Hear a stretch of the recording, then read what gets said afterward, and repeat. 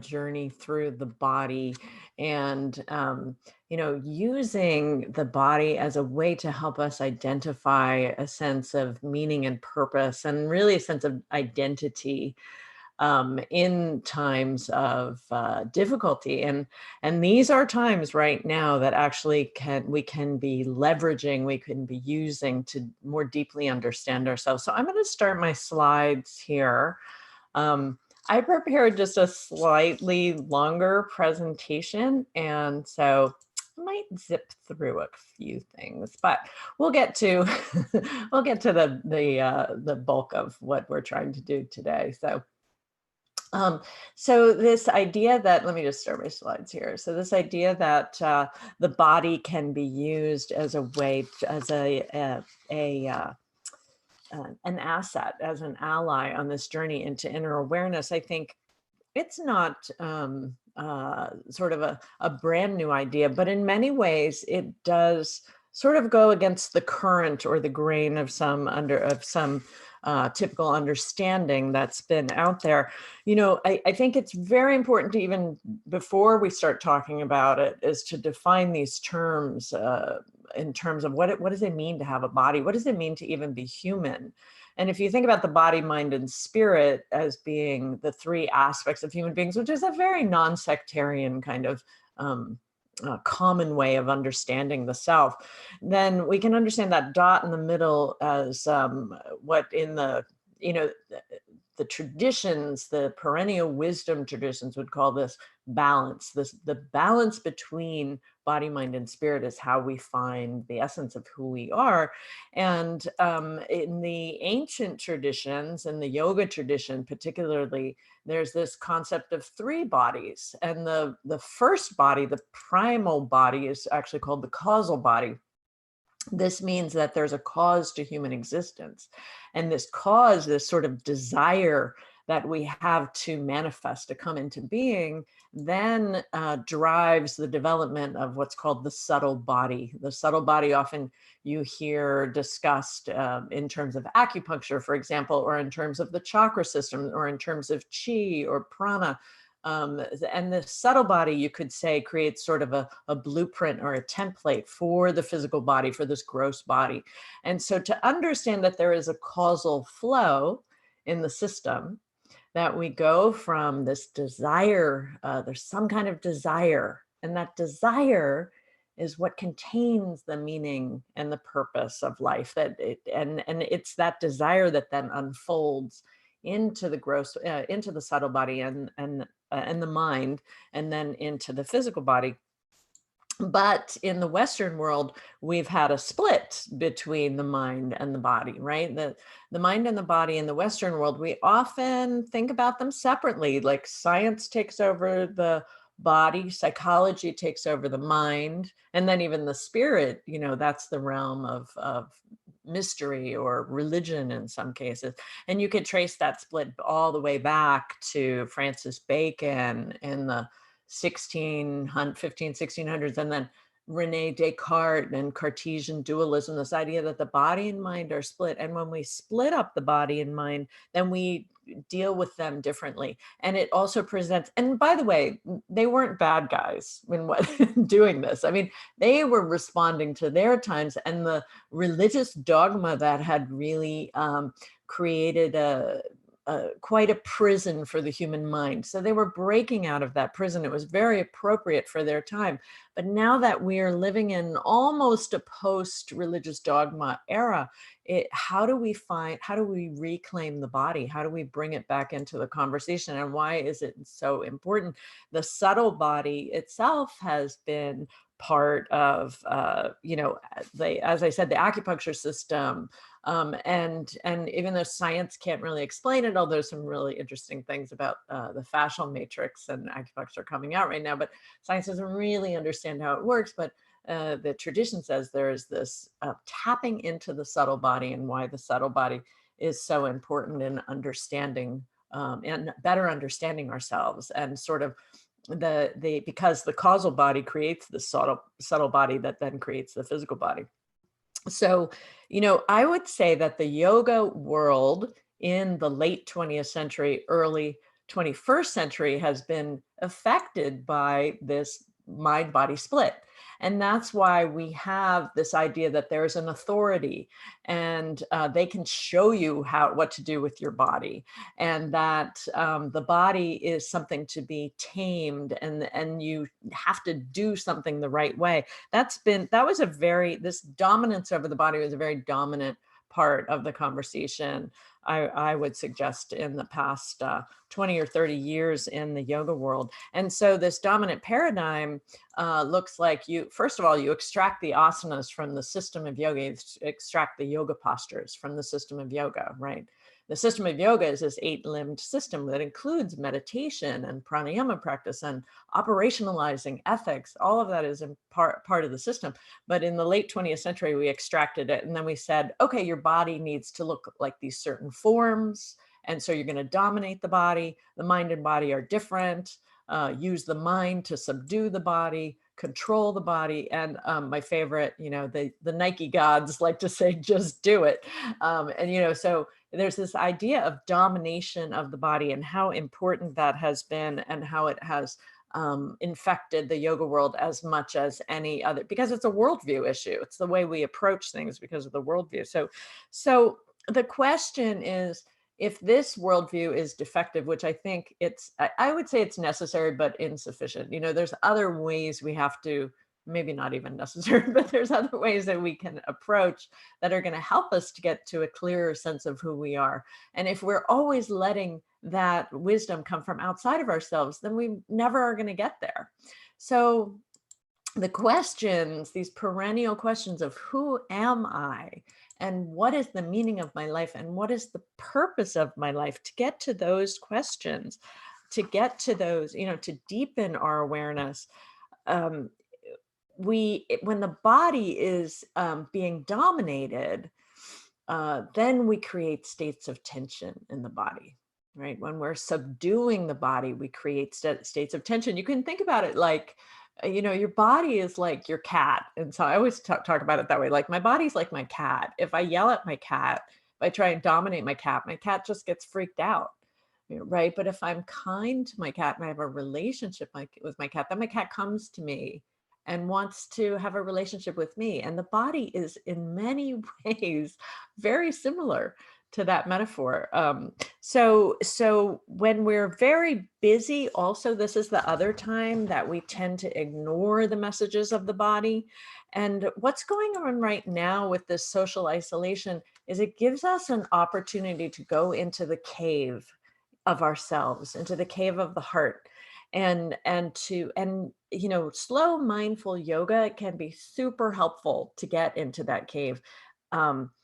And when we get deeper into ourselves, that's when we have the opportunity to really start to feel the feelings in our body, to notice the sensations, and then to begin to have a relationship. And as we begin to have this relationship, that's when a sense of identity, meaning, and purpose start to emerge. And so there is a scientific term for this creating of relationship. And so that term is called interoception.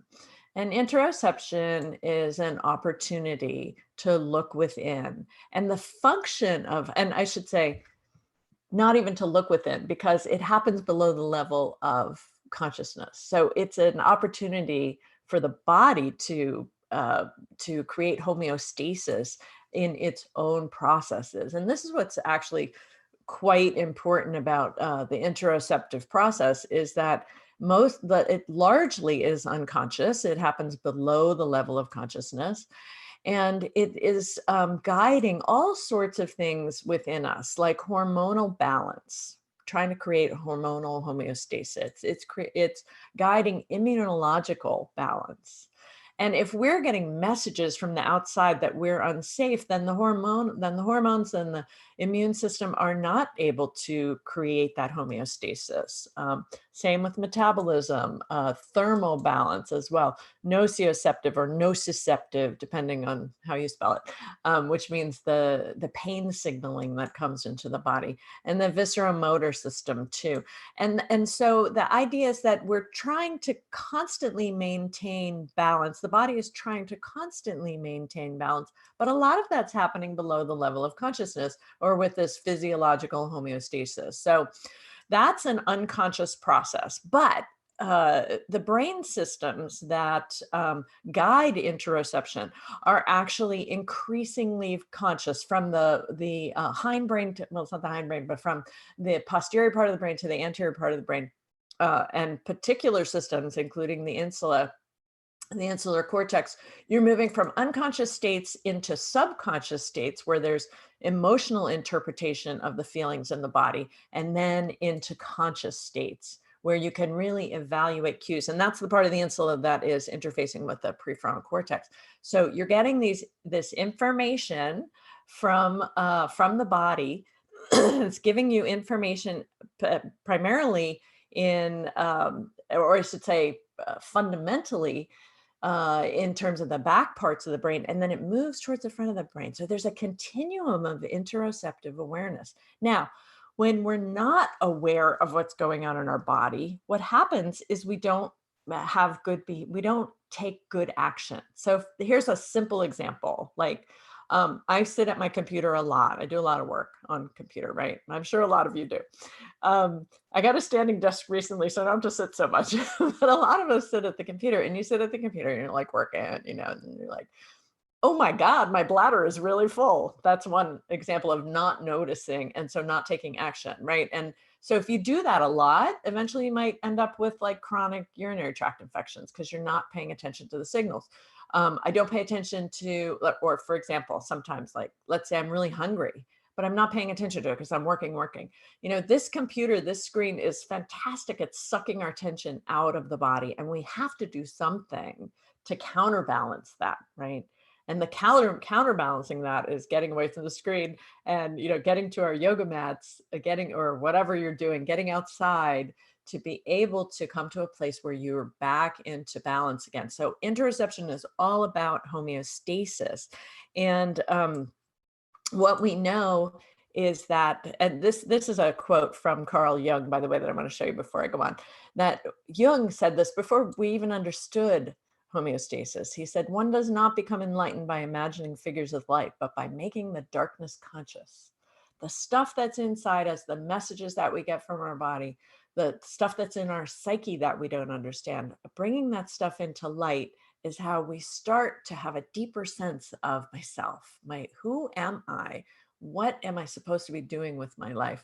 You know, that the world is set up right now to be so, or has been set up to be so exteroceptive, you know, so much focus on what is outside of myself. And now we have this opportunity. That's why I put in that picture of the cave. We have this opportunity to turn things around and go inside.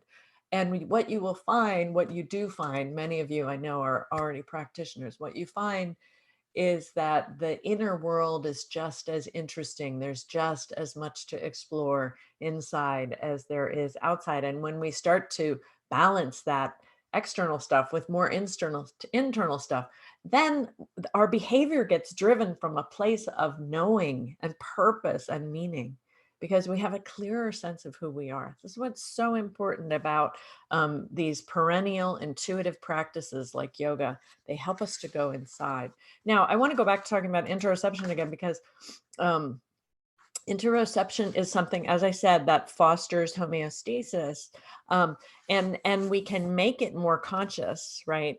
But this is a quote from Norman Farb, who's done a lot of research on interoception, and what he says is that this maladaptive control of bodily sensations may lie at the heart of many contemporary maladies. What he means, it's kind of researcher speak for saying, like, not feeling your body ends up in disease, right? We end up having diseases because we don't pay attention to the needs of the body. So he's talking here about the chronic diseases that, by the way, in the United States take up 90% of our $3.6 trillion healthcare budget goes to chronic diseases, chronic and largely preventable, like diabetes and heart disease and many kinds of cancers and metabolic syndrome, high cholesterol, all of the things that are that put so much deep pressure into the healthcare system are diseases that are largely based on this lack of tuning into myself. Because when I know how I feel, then I can make better decisions. I can tune into myself and make better decisions about what I need to do. And it's not just about physical sensations. This is also about emotional too. So here's what some of the research says. Poor interoception leads to a lack of homeostasis, things like pain, and there's medically unexplained symptoms and negative emotions, anxiety, depression, eating disorders, addictions, high blood pressure. And we also know that good interoception leads to better health. So we know with better health, we have things like, with good interoception, we have things like increased vagal tone and heart rate variability, a better sense of presence, a sense of agency. Like I know, agency means like I feel like I'm in control of my life. I have some sense of agency over my life. Better capacity for self-regulation and also for co-regulation, for helping other people to feel comfortable around us too, and greater resilience. And interoception is a skill that can be gradually improved. And here's the main message I hope you take away from my talk today. Slow, mindful yoga practice is one of the best things you can do to improve interoception. So we know that poor interoception causes many health problems. We know that when you improve your interoception, you improve your health. How do you improve interoception? Slow, mindful practice. You know, what I keep hearing from the health people right now is get out there, exercise, exercise, exercise. Yeah, exercise is great. We all know exercise is great. That's been around since 1969. Kenneth, even before then, but Dr. Kenneth Cooper came out with a book that said aerobics revolution, like everybody needs to exercise, cardiovascular, blah, blah, blah. We all know that. We don't need those messages. But what we've only known for the past 10 or 15 years because of the work of these amazing researchers like Norman Farb and Eric Sunan in England is that this going inside, inner size, is just as important as exercise. And so we have to make time for it. And so don't conflate yoga with exercise. Okay, you can conflate it if you want. It's fine with me, but don't only think that yoga has to be exercise to be beneficial. I can't tell you how many people I've met who think that yoga has to be hot and sweaty because then it's exercise and they get their exercise and they can do shavasana at the end and feel relaxed. And actually what I would suggest is that they're missing the point of yoga, which is helping us to go inside and get a clearer sense of who we are, a clearer sense of our identity, a clearer sense of ourselves and the meaning and purpose in our lives. That's what interoception helps us do. Now, I will say that interoception can be a double-edged sword. And sometimes we're like over feeling our feelings. So I like to use, some people say interoceptive awareness, which I love. I love the term yogic interoception, which means approach your practice with a sense of dispassion or not so triggered easily. The sense, what the yogis would say is don't be attached, just do the action, but don't be attached to the outcomes of the action. And then also with a sense of discernment, like there is some awareness deep within of why I'm doing these practices. I'm not doing them to just indulge in the sensations of the body, but to integrate that body, mind, spirit stuff. So using the messages of the body, as the body is an equal ally in the process. The body is the foundation of the process of inner knowing and awareness. So, so I like this term yogic interception, to lead us to a deeper sense of ourselves.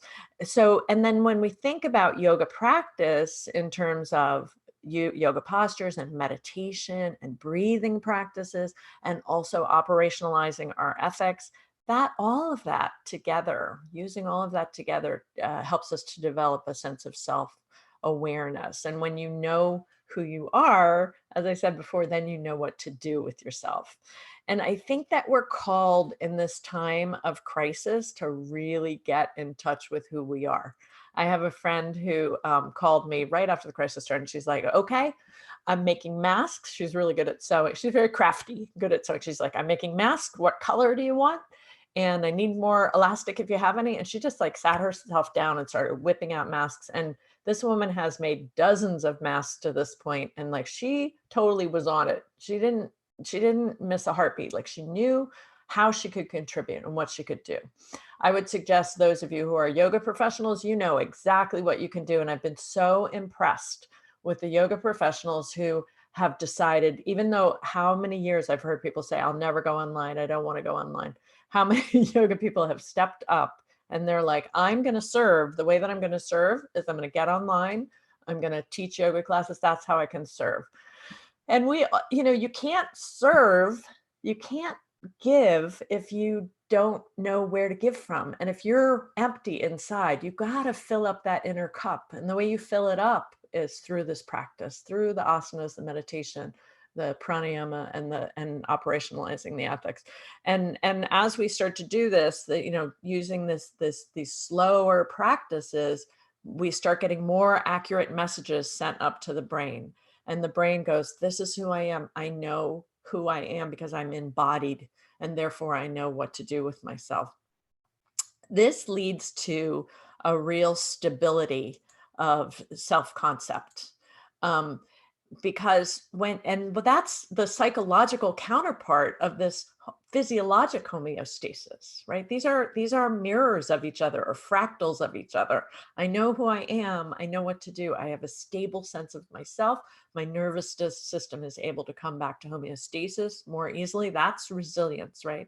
We start to develop greater resilience through the practice. So the pinnacle of yogic interoception is essentially understanding who you are in relationship to the cosmos, to the greater whole, to the interconnectedness and interdependency of all things.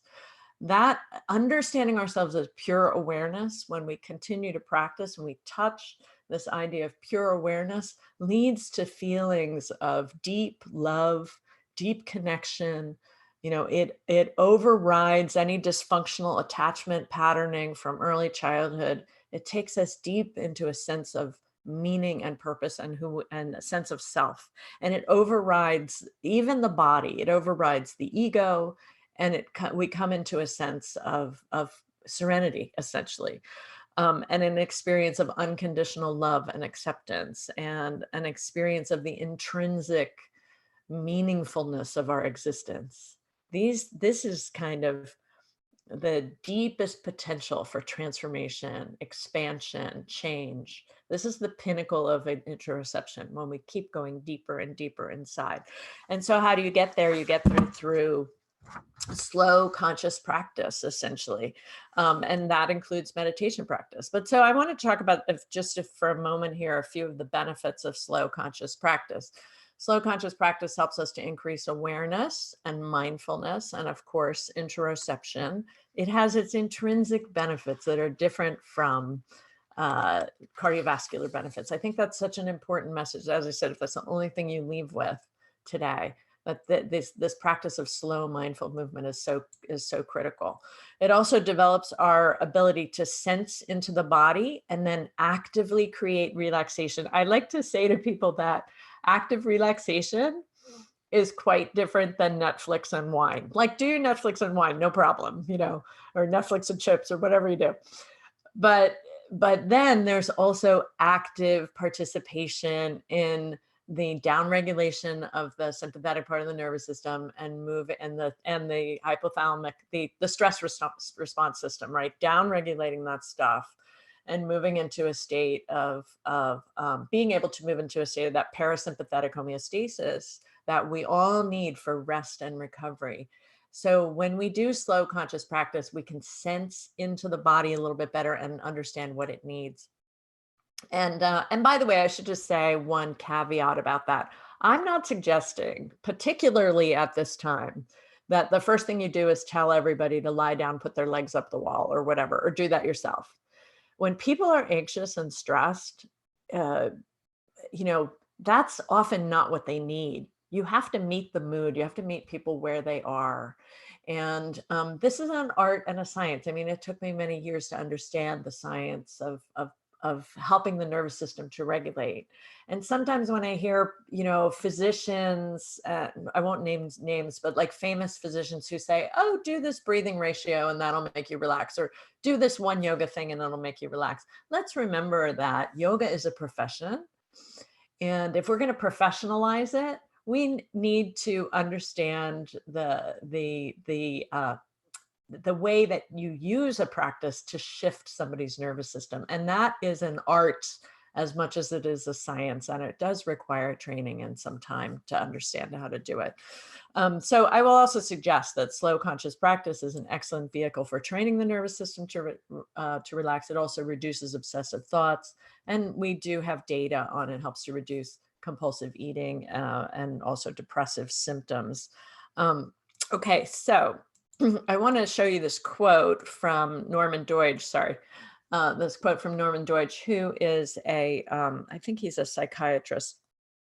I'm sorry, I can't remember exactly. I know he's a neuroscience researcher as well. But this is from his book, which is called The Brain's Way of Healing, which I think is such an important quote. Slowness of movement is the key to awareness, and awareness is the key to learning. Slower movement leads to more subtle observation and map differentiation so that more change is possible. He's talking about map differentiation in the brain. There's many brain maps all over the brain that map out the body, right? And so he's saying that when we get more map differentiation, we get more neuroplasticity. Specifically what he's talking about here is Feldenkrais, by the way, which is a form of slow, very slow mindful yoga. And it can be applied to yoga practice as well. But I do want to be honest here. He's talking about Feldenkrais, and I think Feldenkrais is an amazing way to rewire the brain as well and to learn this slow mindful movement.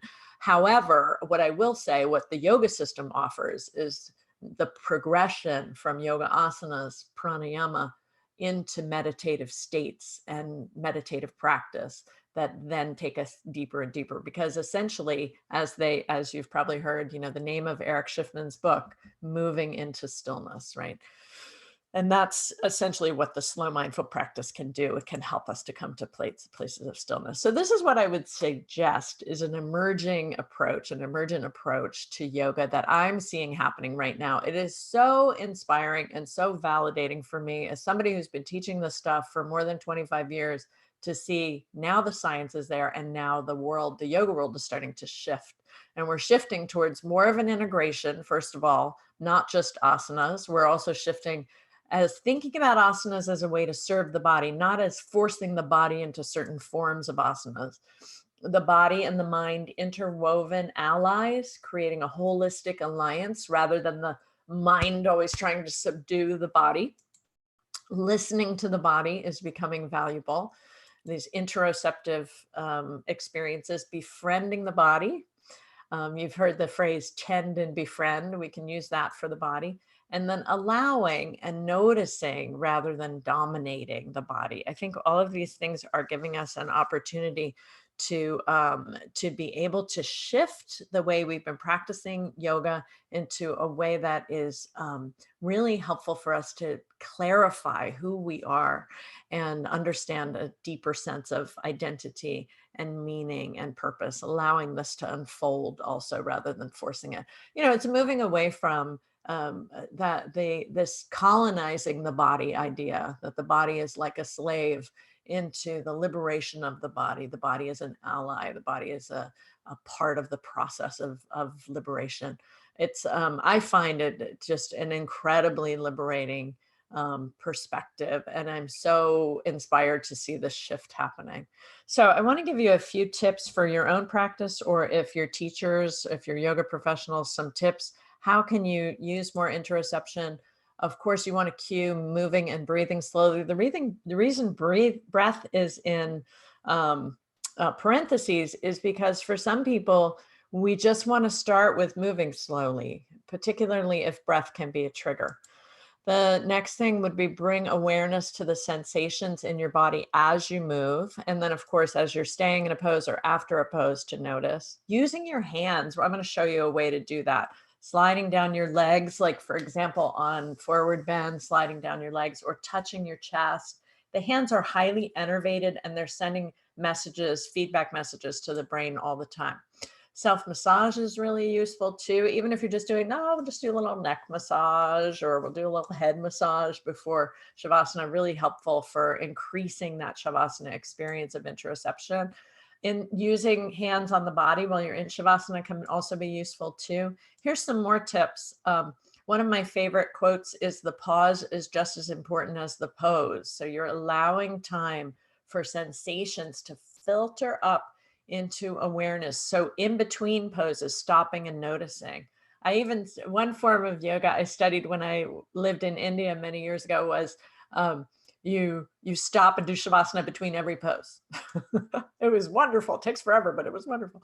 And then noticing differences in the sides of the body. So I learned that from my Feldenkrais teachers, right side, left side, and how that fires into the opposite side of the cortex and helps to build more connectivity across the corpus callosum. And then noticing difference from the front of the body and the back of the body also can be very interesting. And then in different parts, like your hands feel different than your feet, feels different from your face. Going to different parts of the body can also be useful too. And then allowing for these long breaths between poses can also be very helpful. And long, slow breaths, particularly long exhales, are helpful for setting the nervous system into more of that parasympathetic mode. So here's a little example. We can do it while we're sitting here in a chair. We have a few minutes left. Yeah. So you can take you're welcome to stand, by the way. You can take your arms out to the side, take a breath in. And as you exhale, bring your right hand over to the left side of your chest and twist. You can look over your left shoulder and just feel that sensation of your right hand on your chest. And then as you inhale, come forward back to center. When you exhale, take your left hand over to the right side of your chest and twist. And you can look over your right shoulder. And then inhale, coming back to neutral. So as you inhale, you can kind of fill yourself up with energy or prana if you like. And then exhale, put the right hand on the left side of the chest. And when you inhale, come back to neutral again. So you can do this as much as you want. You could do this just going to one side, by the way. So you could just come back to center and just go to the side, or you can alternate, either way. And then you could also stay. So whichever direction you're in, let's stay there for a moment and breathe.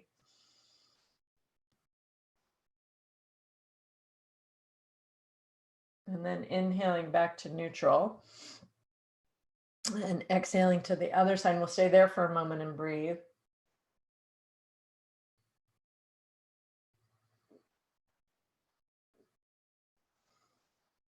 And when you're ready, you can come back to neutral again.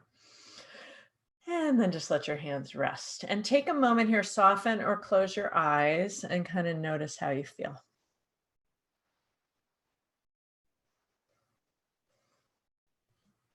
Okay, so I have one more sample practice. This one you can do in your chair, or if you want, you can stand up.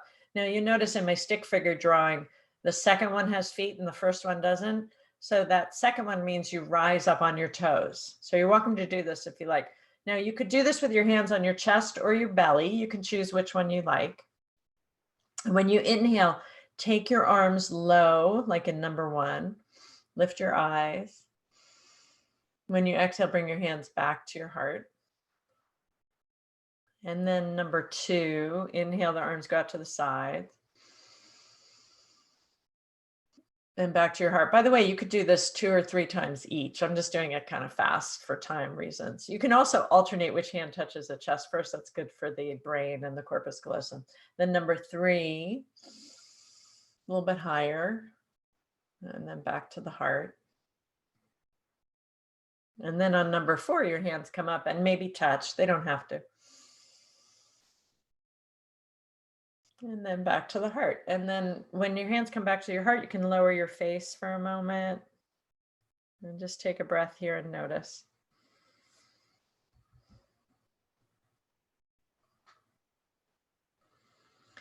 Okay, and when you're ready, you can allow your hands to come down to your lap. Okay, so there was a couple other things I was going to do, but I'm going to stop here because it's just about time and I want to respect the next person coming on. on HealthFlix. So I'm just going to stop here and see if there are any questions. Thank you, all of the people who've been here. Or if Heather is there and wants to ask questions, you can do that too. I'm looking in the Q&A. Okay, so let's see. So I'm going to read this question from Luke, I think, unless Heather's going to do that. Okay, I'm going to read this question. So Luke said, there's a wonderful confluence beginning with neurology, neuroplasticity, and polyvagal theory in yoga. Do you know of any research that has looked into these uses in cognitive impairment and dementia? Yeah, there is some research, and I can't think of it off the top of my head, but look for a book that's called The End of Alzheimer's. There's some interesting stuff in that book. And yeah, I agree. It's a really interesting time. I think one thing I would like to say, Luke, here that I think is fascinating is that when the neuroscientists like Richard Davidson started researching what's going on in the brain and are there differences in people's brains, and this was like around a little more than 20 years ago, Davidson was actually working with, and he was into Buddhism. Like these were the old hippies that became scientists, right? And so he was into Buddhism. And then, I'm sorry, I shouldn't call Richard Davidson a hippie, but you know what I'm saying? They're coming out of that era of the human human transformation, potential movements, the transpersonal psychology movements. And so then we get the neuroscience researchers. And then Davidson brought all these monks over from Tibet to look at their brains and started to see really big differences in the brains of people who'd been meditating. What they didn't know at the time was that this neuroscience research was going to put meditation on the map. That, I think, is very interesting. That meditation started to come into the forefront. One of the reasons meditation is so popular and big now is because of this work from the neuroscientists, and they had no idea. And I learned that from Richard Davidson's book, which I'm looking for it right now because I can't remember the title of it, but he discusses it in there. It's very interesting. And then Jennifer just asked me what book was that reference. It's called The End of Alzheimer's. There's some interesting content in there about dementia for sure. Okay, I'm going to see if there's any more questions. Let's see. Camilla said, thank you for a great explanation on interoception, one of my favorite topics. Thank you, Camilla. I'm glad that you enjoyed that. I think interoception is really important when we think about it in terms of just homeostasis in the physiologic body and how it's so helpful for trauma. We know that like David Emerson is using it in his work at the Trauma Center in Boston. However, I think we can go beyond some of the physiologic stuff. I hope that was interesting for you in this presentation, because I think we can go beyond some of the physiologic benefits into looking into the sense of identity. I think that's what perhaps is the most important part, is because it drives us deeper and deeper into ourselves. And as we get deeper into ourselves, yes, we have to look at the difficult things. We have to look in the mirror. We have to walk through the rings of fire and all that stuff. But it also starts to allow us to really start to hone a deeper sense of meaning and purpose and a deeper sense of self. And at this time in history, this is the most important thing. I'm seeing a few more questions, so let me look. Luke said, more than I could ask for. Thanks, Luke. Thanks for being here. Martina said, no questions. Thank you, Martina. Thank you for being here. And then Cami asked, do you have a favorite meditation technique? So meditation is a long topic. I will say one thing that I hope is helpful, which is that the yoga system which has been around for thousands and thousands of years, not the Yoga Sutras, that's a couple thousand years, but there are vestiges of yoga practice that go way back. We have archaeological evidence at the Harappan Valley civilization at least 3,500 years ago. And some of the oral history tells us 15,000 years ago. Like these are perennial human practices that have been around forever. And so meditation is so varied and such a long topic. Now, the question was, do I have any favorite meditation techniques? I'm a yoga teacher. I'm a yoga practitioner. I practice mantra meditation. And there are many, many ways to practice mantra meditation. So, but that's the practice that really resonates with me, this idea of using sound. I heard Stephen Porges talking the other day on HealthFlix about the Safe and Sound protocol. Sound has a particularly soothing effect on the nervous system, largely because it is in the tattva, or the realm of the ethereal factor, throat chakra, part of the highest part of the physical aspect of being human. So sound meditations, I find very, very powerful and healing. I'm seeing a bunch more questions, so I'm going to keep looking at these here. So let's see. I hope that's helpful, Cami. So Agata Palmer said, are there poses specific to helping shift trauma and PTSD, please? Thank you for an informative webinar, and happy Easter. Oh yeah, happy Easter, everybody. I didn't say that either. Agata, yeah, poses, practices specific for trauma and PTSD. Yes and no. You know, what helps to shift trauma and PTSD is interoception, but it has to be a titrated experience. I've worked with many people in clinical settings. My specialty is mental health. In clinical settings, people who can't go into their body, they can't go past here, you know, because the body is unsafe. So the experience of going into the body is like going into the wilderness. We have to take it slow. We have to go easy with people. I never want to force anyone into their body. The potential is that you could cause, you know, a triggering or even dissociation, which is not a good thing. So slowly going into the body. I like to talk about just dip your toe into sensation. So it almost doesn't matter. Yes, there's many poses I could talk about, but what really is important, Agata, is you dip your toes in sensation a little bit every day and try to find the nice places, the nice feelings if you can. And if you can't find any nice feelings, imagine that you're feeling them for someone else, for your dog or a child. So, you know, we want to start to slowly develop a kind relationship with the body. Cheryl said, always excellent. Oh, thank you, Cheryl. It's nice to have you here. And then Debbie, how do we subscribe? I don't know, Debbie. I think you better look at the HealthFlix website for that. Tyrell, hi Tyrell. Thank you. This talk has been enlightening, especially interoception. Thank you. And Camilla said, exactly, I call it ownership of my body. I love the phrase with befriend you use, can't remember it. Tend and befriend. And I've heard Tara Brach talk about attend and befriend.